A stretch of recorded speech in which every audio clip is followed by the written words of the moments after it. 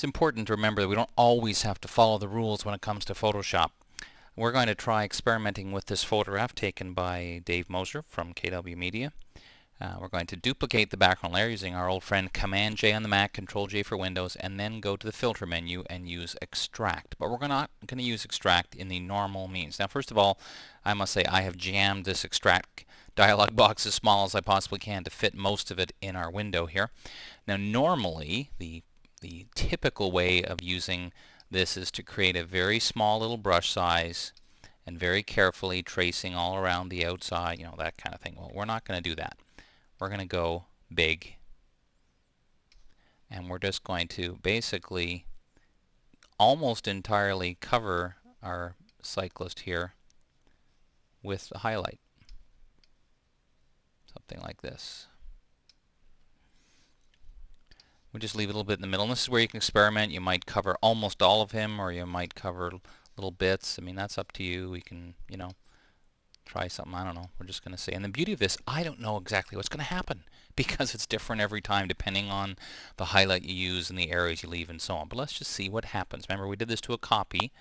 So there we go. Now, in order to see it, let's hide the background layer. And we get this. Hey, that's pretty cool. Looking almost semi-see-through and kind of interesting.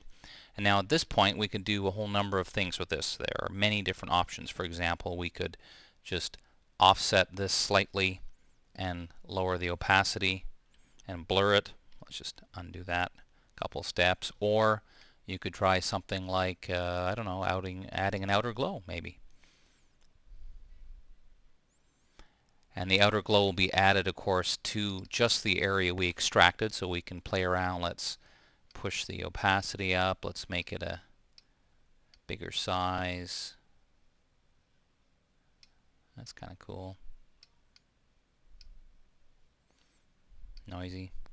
Again, I don't have any plan in mind. I'm just trying things, but basically just by doing this we're able to extract not a beautiful, clean, crisp one, but we're trying to go more for an artistic look with something a little bit different. And of course we can always, again, lower the opacity. We could even duplicate this layer and do something like a blur on one of them. I mean, who knows? There are so many possibilities. But the main thing is we want to remind you, just because you've seen a command like extract used a certain way doesn't mean you have to always use it that way. You always have the possibility of using it in ways that are a little bit different than the normal kind of way. Be willing to experiment. You never quite know what you'll end up with. Well, if you've watched these movies before, you know I always like to end with something a little different, but I gotta tell you, it's getting really difficult to come up with new ideas. In fact, this whole clever ending thing is, I guess you could say, getting rather old.